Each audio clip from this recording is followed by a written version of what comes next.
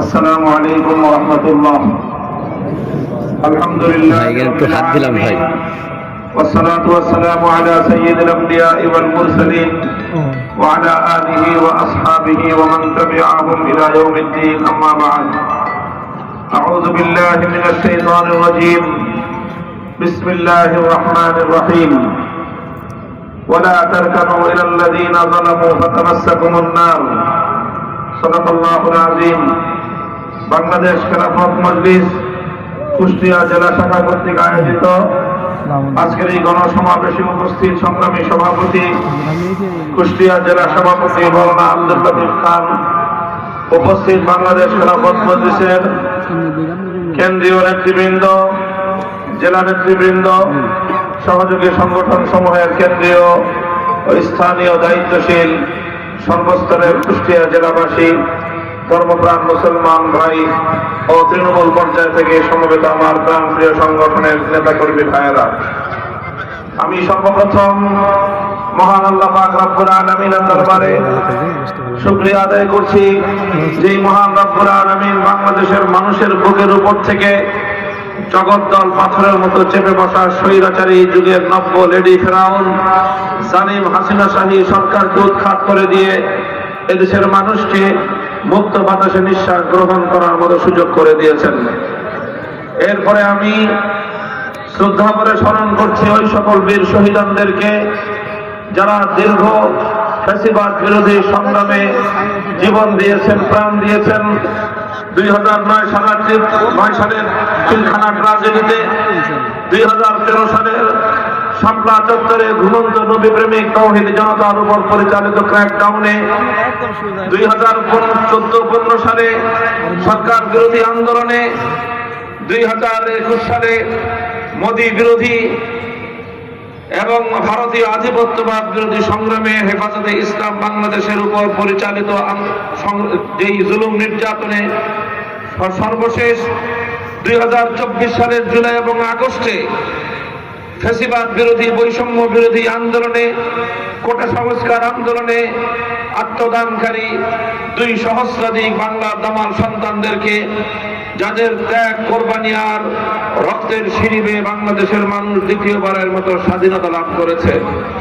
আল্লাহ পাক রব্বুল আলামিন সকল বীর শহীদদের শাহাদাতকে কবুল করুন এবং তাদের এই আত্মত্যাগের বিনিময়ে একটি সুন্দর, সুখী, সমৃদ্ধশালী, বৈষম্যহীন একটি দেশ গড়বার তৌফিক আমাদেরকে দান করুন। প্রিয় সাথী ও বন্ধুগণ, আমরা একটি দীর্ঘ জুলুমের পথ অতিক্রম করে আজ 5ই আগস্টের মহান বিপ্লবের পরে একটি গণ অভ্যুত্থানের মাধ্যমে ফ্যাসিবাদকে বিতাড়িত করে একটি নতুন বাংলাদেশ গড়বার দোরগোড়ায় এবং সেই প্রত্যয় নিয়ে আমরা সামনের দিকে পথ চলছি। এই সময়টা আমি বাংলাদেশের মানুষকে স্মরণ করিয়ে দিতে চাই, বাংলাদেশের মানুষ অতীতে বহুবার সংগ্রাম করেছে, সংগ্রাম করে তারা অপশক্তিকে পরাস্ত করেছে, পরাজিত করেছে। এই ইতিহাস অনেক দীর্ঘ, 190 বছর পর্যন্ত সংগ্রামের মধ্য দিয়ে ব্রিটিশ সাম্রাজ্যবাদী অপশক্তিকে তারা পরাস্ত করেছে। অতঃপর পূর্ব বাংলার মুসলমানদের স্বাধীন জাতিসত্তা গঠনের অভিপ্রায় নিয়ে বৈষম্যের বিরুদ্ধে লড়াই করে পশ্চিম পাকিস্তানের দাদাবাবুদের খবরদারিকে খতম করার জন্য পূর্ব বাংলার মুসলমানরা সংগ্রাম করে বিজয় অর্জন করেছে। অতঃপর 24 বছরের পশ্চিম পাকিস্তানি খান পাঠানদের আধিপত্যবাদের বিরুদ্ধে লড়াই করে 71 সালের মহান মুক্তিযুদ্ধের মধ্য দিয়ে বাংলাদেশ স্বাধীনতা অর্জন করে পৃথিবীতে একটি স্বাধীন রাষ্ট্র হিসেবে তার অভ্যুদয় ঘটিয়েছে। কিন্তু দুঃখজনক বিষয় হলো আমরা প্রতিবার বিজয় অর্জন করার পর কাঙ্ক্ষিত লক্ষ্যে পৌঁছার ঠিক আগ মুহূর্তে আমাদের বিজয়কে ছিনতাই করা হয়েছে। 1947 সালে দেশ যখন বিভক্ত হলো, মুসলমানদের জন্য আলাদা ভূখণ্ড তৈরি করবার ঐতিহাসিক লাহোর প্রস্তাবে বাংলাদেশের অবিসংবাদিত রাজনৈতিক নেতা শেরে বাংলা একে ফজলুল হকের যে উত্থাপিত প্রস্তাব, সেই প্রস্তাবকে ভিন্ন খাতে প্রবাহিত করে একটি একাধিক ইসলামী মুসলিম রাষ্ট্রের পরিবর্তে একটি ভিন্ন ভিন্ন সংস্কৃতি এবং ভিন্ন ভিন্ন ভৌগোলিক এলাকাকে সংযুক্ত করে একটি রাষ্ট্র গঠন করার মধ্য দিয়ে এই দেশের অগ্রগতি এবং তার প্রকৃত স্বাধীনতাকে বিলম্বিত করা হয়েছিল, যার কারণে 1971 সালে আবার স্বাধীনতার সংগ্রাম করতে হয়েছে। 71 সালে যে স্বাধীনতার সংগ্রাম হয়েছিল 24 বছরের পশ্চিম পাকিস্তানি সৈন্য শাসকদের বৈষম্যের বিরুদ্ধে। 71-এর মুক্তিযুদ্ধ ছিল জালিমের বিরুদ্ধে মজলুমের লড়াই। তারা 47 সালে বাংলাদেশ এবং এই ভূখণ্ড যেই কমিটমেন্ট নিয়ে স্বাধীনতা লাভ করেছিল, জাতির সঙ্গে অঙ্গীকার ছিল আল্লাহর আইন বাস্তবায়ন করা হবে। কিন্তু 24 বছর পর্যন্ত পশ্চিম পাকিস্তানি স্বৈর শাসকরা জাতির সঙ্গে কৃত সেই অঙ্গীকারকে তারা ভঙ্গ করেছে, জাতির সঙ্গে তারা গাদ্দারি করেছে। 1970 সালে শেখ মুজিবুর রহমান সাহেব জাতির কাছে প্রতিশ্রুতি দিলেন, অঙ্গীকার করলেন, কমিটমেন্ট করলেন, নৌকা মার্কায় সিল মারো, আমরা পাস করতে পারলে কোরআন সুন্নাহ বিরোধী কোনো আইন তৈরি করব না।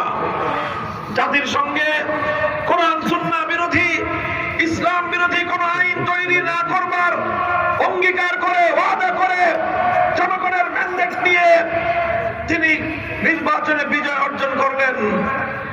পশ্চিম পাকিস্তানিরা ক্ষমতা হস্তান্তর না করে তারা 25শে মার্চের ভয়ঙ্কর রাতে হামলা চালালো। 26শে মার্চ কালুরঘাট থেকে স্বাধীনতার ঘোষণা উচ্চারিত হলো। 9 মাসের মুক্তি সংগ্রামের মধ্য দিয়ে 16ই ডিসেম্বর 71 সাল বিজয় অর্জন হলো। এই 71 সালের 16ই ডিসেম্বর পর্যন্ত 1947 সালের আগস্ট থেকে 71-এর 16ই ডিসেম্বর পর্যন্ত কোনদিন বাংলাদেশের মানুষকে ধর্মনিরপেক্ষতার কথা শোনানো হয়নি। বাংলাদেশের মানুষের সঙ্গে ধর্মনিরপেক্ষ রাজনৈতিক মতবাদের গাল গল্প শোনানো হয়নি। অথচ 71-এর 16ই ডিসেম্বর বাংলাদেশ স্বাধীন হওয়ার কয়েক মাসের ব্যবধানে, এই দীর্ঘ 9 মাস শেখ মুজিবুর রহমান সাহেব বাংলাদেশে ছিলেন না, পাকিস্তানের হাতে সেই তাদের কাছে বন্দী ছিলেন, অথবা তাদের কাছে তিনি আপ্যায়িত ছিলেন, যেটাই ছিলেন। সেখান থেকে তিনি ছাড়া পেয়ে মুক্তি পেয়ে গেলেন লন্ডনে। লন্ডন থেকে স্বাধীন বাংলার মাটিতে তিনি পদার্পণ না করে তিনি গেলেন সর্বপ্রথম নয়াদিল্লিতে। বাংলাদেশ স্বাধীন হলো, সেই স্বাধীন জনগণের কাছে না এসে তিনি গেলেন নয়াদিল্লিতে ইন্দিরা গান্ধীর কাছে। শ্রীমতী ইন্দিরা গান্ধী 72 সালে শেখ মুজিবুর রহমান সাহেবকে ভারতীয় সংবিধানের মূল ও 4 নীতির ভিত্তিতে বাংলাদেশের সংবিধান প্রণয়ন করবার সবক পড়িয়ে দিলেন। আর সেই সবকের ভিত্তিতে ভারতীয় প্রেসক্রিপশনকে বুনিয়াদ হিসেবে ধরে নিয়ে 72 সালে বাংলাদেশের স্বাধীন বাংলার মাটিতে একটি সংবিধান তৈরি হলো, যেই সংবিধানের মাধ্যমে লাখো প্রাণের রক্তের বিনিময়ে অর্জিত স্বাধীন বাংলাদেশকে ভারত মাতার চরণ তলে বলি দেওয়া হয়। আমরা বলতে চাই 72 সালের সংবিধানের মাধ্যমে 1971-এর মুক্তিযুদ্ধের চেতনাকে হত্যা করা হয়। 72 সালের সংবিধানের মাধ্যমে জালিমের বিরুদ্ধে মজলুমের লড়াইয়ের সেই মাহাত্ম্যকে খর্ব করা হয়। 72-এর সংবিধানের মাধ্যমে বাংলাদেশের মানুষের 1000 বছরের ইচ্ছা এবং অভিপ্রায়কে গলা টিপে হত্যা করা হয়েছে। 72-এর সংবিধানের নাম দিয়ে 71-এর সংবিধান, 71-এর চেতনাকে হত্যা করা হয়েছে। এভাবেই 71-এর চেতনার নামে বিগত 50 বছর পর্যন্ত আওয়ামী ফ্যাসিবাদী বাকশালী শক্তি বাংলাদেশের মানুষকে 72-এর চেতনা গেলাবার চেষ্টা করেছে। আমি এই অতীতের ইতিহাস স্মরণ করিয়ে দিয়ে বলতে চাই, 47 সালে বিজয় অর্জন করার পরেও কাঙ্ক্ষিত লক্ষ্য আমরা অর্জন করতে পারিনি। 71-এর ঐতিহাসিক জুলুমের বিরুদ্ধে লড়াইয়ে মুক্তিযুদ্ধে বিজয় অর্জন করার পরে কয়েক মাসের ব্যবধানে মুক্তিযুদ্ধের অর্জনকে হাইজ্যাক করেছে, ছিনতাই করে স্বাধীন বাংলাদেশকে আরেকটি দেশের করতলগত করা হয়েছিল। আজ 2024 সালে যেই ঐতিহাসিক বিজয় আমরা অর্জন করেছি, সে বিজয়কে কাঙ্ক্ষিত লক্ষ্য পর্যন্ত আমাদের পৌঁছাতে হবে। বৈষম্যের কবর রচনা করতে হবে, সমস্ত জুলুম এবং শোষণকে শেকড় সহ উপড়ে ফেলতে হবে। সংগ্রামী সাথী ও বন্ধুগণ, এজন্য আমরা স্পষ্ট দাবি তুলতে চাই, বিগত এই ফ্যাসিবাদী আওয়ামী দুঃশাসনকারী শক্তির প্রত্যেকটা খুনির বিচার করতে হবে। বাংলাদেশে আওয়ামী লীগের রাজনীতি চিরতরে নিষিদ্ধ করতে হবে। বিগত ফ্যাসিবাদী স্বৈরাচারী শেখ হাসিনা সরকার বাংলাদেশের প্রতিটি মানুষের উপর জুলুম চালিয়েছে, অন্যায় চালিয়েছে। সেই দেশটাকে স্বাধীন দেখতে চায়নি। প্রকৃত অর্থে ৭৫ সালের পর থেকে শেখ হাসিনা বাংলাদেশের মানুষের বিরুদ্ধে, বাংলাদেশের মানুষের কাছ থেকে প্রতিশোধ গ্রহণ করবার রাজনীতি করেছেন তিনি। ৭৫ সালে তার বাবা নিহত হওয়ার পরে তিনি আন্তর্জাতিক গণমাধ্যমে বলেছিলেন, যে জাতি তার বাবাকে হত্যা করেছে তিনি তাদের কাছ থেকে প্রতিশোধ গ্রহণ করবেন। এই সাইকোপ্যাথিস্ট এই শেখ হাসিনা এরপর থেকে শুরু করেছে ষড়যন্ত্রের রাজনীতি, প্রতিশোধের রাজনীতি আর বিভাজনের রাজনীতি। এইভাবে প্রতিশোধ গ্রহণ করতে করতে সে গোটা দেশ থেকে প্রতিশোধ দিয়েছে, গোটা বাংলাদেশকে ভারতের অঙ্গরাজ্যে পরিণত করবার পায়তারা চালিয়েছে। প্রতিশোধ দিতে নিতে স্বয়ং আওয়ামী লীগের কাছ থেকেও সে প্রতিশোধ গ্রহণ করেছে। আওয়ামী লীগের মধ্যে যদি কোনো বিবেকবান চিন্তাশীল মানুষ থেকে থাকে, তাদেরকে আমি একটু চিন্তা করার আহ্বান জানাই। আপনারা লক্ষ্য করে দেখুন, শেখ হাসিনা অনুভব করতে পেরেছিল অবশ্যই বাংলাদেশের অনেকগুলো শক্তিশালী রাষ্ট্রীয় গোয়েন্দা সংস্থা আছে। এরপরে শোনা যায় আওয়ামী লীগের নেত্রী শেখ হাসিনার নিজস্ব আরেকটা প্রধানমন্ত্রীর কার্যালয় এবং গণভবন কেন্দ্রিক নিজস্ব একটা গোয়েন্দা সিস্টেম তার ছিল। আর এরপরে যেই দেশের পারপাস সে সার্ভ করেছে, সেই দেশের শক্তিশালী গোয়েন্দা নেটওয়ার্ক বাংলাদেশের সর্বস্তরেই বিস্তৃত ছিল। এই সকল গোয়েন্দা নেটওয়ার্ক গুলো অবশ্যই তাকে আগাম সতর্ক করেছিল যে তোমার ক্ষমতার মসনদ টিকবে না। অবশ্যই করেছিল। আগস্ট মাসের শুরু থেকেই যখন তার ক্ষমতা যায় অবস্থা, এই সংবাদগুলো শেখ হাসিনা যে টের পায় না এই ব্যাপারটা এমন হতে পারে না। সে অবশ্যই আগাম অনুমান করেছিল, তার কাছে সংবাদ পৌঁছেছিল। সংবাদ পেয়ে সে কি করেছে? তিনি তার পরিবারের নিরাপত্তা চিন্তা করেছেন। তিনি তার ছেলে মেয়েকে আগে নিরাপদ স্থানে পাঠিয়েছেন। এরপরে তার পরিবারের ছোট একটা বোন তার এখানে ছিল, তাদেরকে সঙ্গে নিয়ে আর এখান থেকে আগে যা পাচার করেছে তো করেছেই, হাজার হাজার কোটি টাকা পাচার করে বাংলাদেশকে তলাবিহীন ঝুড়িতে পরিণত করেছে, বাংলাদেশের অর্থনীতির মেরুদণ্ড ভেঙে দিয়েছে। অবশিষ্ট যা ছিল 14টা লাগেজে ভর্তি করে 5ই আগস্ট দুপুর বেলা হেলিকপ্টারে উড়াল দিয়ে সে যাদের পারপাস সার্ভ করে, যাদের এজেন্ডা বাস্তবায়নের জন্য বাংলাদেশকে ধ্বংস করেছে, তাদের দেশে চলে গিয়েছে। দুইবারের জন্য আওয়ামী লীগের কোন নেতা কর্মীর কথা সে ভাবে নাই। সে ভেবেছে শেখ রেহানার কথা, সে ভেবেছে তার ছেলে সে সজীব ওয়াজেদ জয়ের কথা, সে ভেবেছে শামা পুতুলের কথা। সে আওয়ামী লীগের কথা ভাবে নাই, আওয়ামী লীগের কোন নেতা কর্মীর কথাও ভাবে নাই। চূড়ান্ত মুহূর্তে সে আওয়ামী লীগের হেলমেট বাহিনীকে, সে আওয়ামী লীগের হাতুড়ি লীগ বাহিনীকে জনগণের মুখোমুখি দাঁড় করিয়ে দিয়ে তাদের হাতে পিস্তল, রিভলভার, রাইফেল তুলে দিয়ে তাদের মাধ্যমে বাংলার তামাম সন্তানদের বুকগুলোকে বুলেট দিয়ে ঝাঁঝরা করেছে। এইভাবে সে গোটা দেশের মানুষের মুখোমুখি করে দিয়েছে আওয়ামী লীগকে। কেন করেছে? কারণ সে আওয়ামী লীগের কাছ থেকে প্রতিশোধ দিয়েছে। সে বলেছিল তার এক বক্তব্যে 1975 সালের 15ই আগস্ট যখন তার বাবাকে হত্যা করা হয়, শেখ হাসিনার এক বক্তব্য আপনারা শুনবেন। তিনি সেখানে বলেছেন যে এত বড় দল, লক্ষ লক্ষ নেতা কর্মী, কেউ তো সেদিন 15ই আগস্ট 32 নম্বরে গিয়ে শেখ মুজিবুর রহমান সাহেবের লাশটাকে সংরক্ষণ করার পর্যন্ত চেষ্টা করে নাই। এ থেকে বোঝা যায় আওয়ামী লীগের বিরুদ্ধে শেখ হাসিনার কত বড় ক্ষোভ ছিল। এজন্য সে এমন কাজ করেছে যে আমি তো যাবই যাব, আওয়ামী লীগের নাম নিয়ে বাংলাদেশে কেউ যেন কোনোদিন রাজনীতি করতে না পারে। আমি আপনাদেরকে বলি, বাংলাদেশে জনরোষের মুখে পড়ে অনেকেই ক্ষমতা ছাড়তে বাধ্য হয়েছেন। আগে 1990 সালে জেনারেল হোসেন মোহাম্মদের সাথে ক্ষমতা ছেড়েছেন।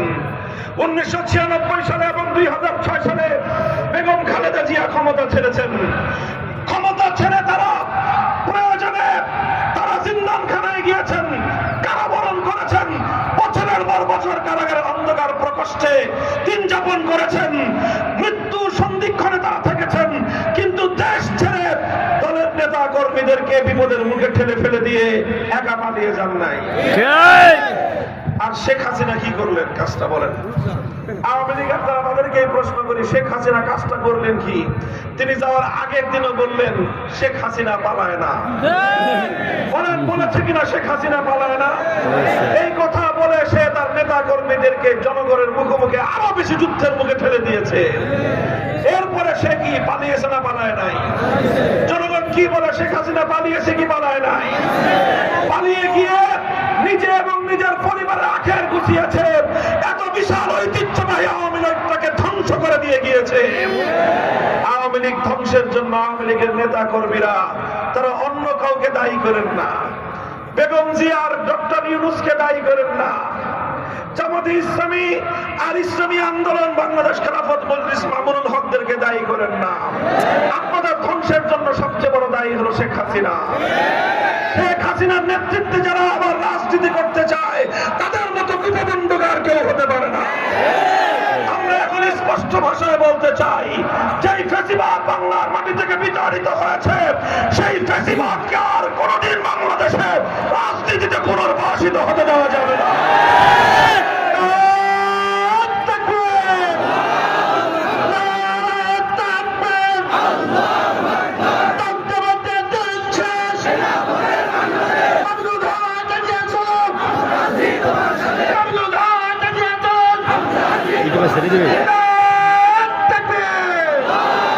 কুষ্টিয়াবাসী, আপনাদের কাছে আমাদের উদাত্ত আহ্বান, এই বিগত দীর্ঘ তিক্ত অভিজ্ঞতাকে সামনে রেখে আজ আমরা দায়িত্বহীন ভাষায় বলতে চাই, বাংলাদেশে বিগত 53 বছর বাংলাদেশের আমল, 24 বছর পাকিস্তানের আমল, 77 বছরের সমস্ত বঞ্চনার এবার কবর রচনা করতে হবে।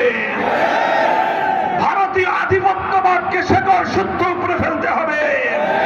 বাংলাদেশের সংবিধানে আর কোনদিন ধর্মনিরপেক্ষতা মতবাদ নামক কুফরি মতবাদ, ভারতীয় এজেন্ডা আর বাংলাদেশে আমরা দেখতে চাই না। আমরা চূড়ান্ত ভাবে বৈষম্যহীন ইনসাফপূর্ণ একটি রাষ্ট্র এবং সমাজ গঠন করতে চাই।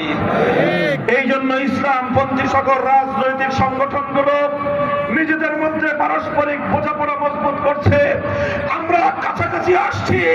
ইনশাআল্লাহ আগামী দিনে বাংলাদেশে নজিরবিহীন ঐতিহাসিক বৃহত্তর ইসলামী ঐক্য উপহার দেওয়া হবে। সেই ইসলামী ঐক্যের মাধ্যমে বাংলাদেশ একটি ইসলামী রাষ্ট্রের দিকে অগ্রসর হয়ে যাবে ইনশাআল্লাহ। আমরা বিশ্বাস করি বৈষম্যহীন চূড়ান্ত ইনসাফপূর্ণ সমাজ গড়বার জন্য মানব রচিত কোনো তন্ত্রমন্ত্র দিয়ে সম্ভব নয়। এজন্য প্রয়োজন সৃষ্টিকর্তা মহান আল্লাহ পাক রব্বুল আলামিন প্রদত্ত খেলাফত ব্যবস্থাই পারে প্রকৃত অর্থে ধর্ম বর্ণ নির্বিশেষে প্রতিটি মানুষের মধ্যে ইনসাফ এবং ন্যায় বিচার প্রতিষ্ঠা করতে, সকলের প্রাপ্য অধিকার তাকে ফিরিয়ে দিতে। এজন্য আপনারা আল্লাহ প্রদত্ত এই খেলাফত ব্যবস্থা প্রতিষ্ঠার জন্য আপনারা যার যার জায়গা থেকে পরিশ্রম করতে প্রস্তুত থাকবেন ইনশাআল্লাহ। বাংলাদেশ খেলাফত মজলিস আপনাদেরকে আহ্বান করছে। বাংলাদেশ খেলাফত মজলিস, যুব মজলিস, শ্রমিক মজলিস, খেলাফত ছাত্র মজলিসের পতাকা তলে শামিল হয়ে এই বাংলার মাটিকে আল্লাহর জমিনে আল্লাহর দ্বীনকে বিজয়ী করে ইসলামী খেলাফত বাস্তবায়নের লক্ষ্যে আপনারা আমাদের হাতে হাত রাখুন। সংঘবদ্ধ এই সংগ্রামের মধ্য দিয়ে আমরা মঞ্জিল মাকসুদ পর্যন্ত পৌঁছতে চাই। আমরা মনে করি এবং দায়িত্বহীন ভাবে বলি, বাংলাদেশ এবং ইসলাম এক সূত্রে গাঁথা। বাংলাদেশের শত্রু তারাই, ইসলামের শত্রু যারা। বাংলাদেশে ইসলাম আক্রান্ত হলে বাংলাদেশের স্বাধীনতা বিপন্ন হবে। কাজেই যারা বাংলাদেশে ইসলামকে দুর্বল দেখতে চায়, যারা বাংলাদেশে ইসলামী সমাজ ব্যবস্থাকে দুর্বল করতে চায়, তারাই বাংলাদেশের শত্রু, তারাই বাংলাদেশের স্বাধীনতার শত্রু। আসলে এই বাংলাদেশ বিরোধী, স্বাধীনতা বিরোধী, ইসলাম বিরোধী অপশক্তিকে মোকাবেলা করবার মধ্য দিয়ে দেশ জাতির কল্যাণে আমরা একটি কল্যাণমূলক ইসলামী রাষ্ট্র প্রতিষ্ঠার এই অব্যাহত সংগ্রামে সামিল হই। আল্লাহ পাক আপনাদের সকলকে তৌফিক দান করুন, কবুল করুন। আজকের এই গণসমাবেশ সাফল্যমণ্ডিত হোক। ওয়া আখিরু দাওয়ানা।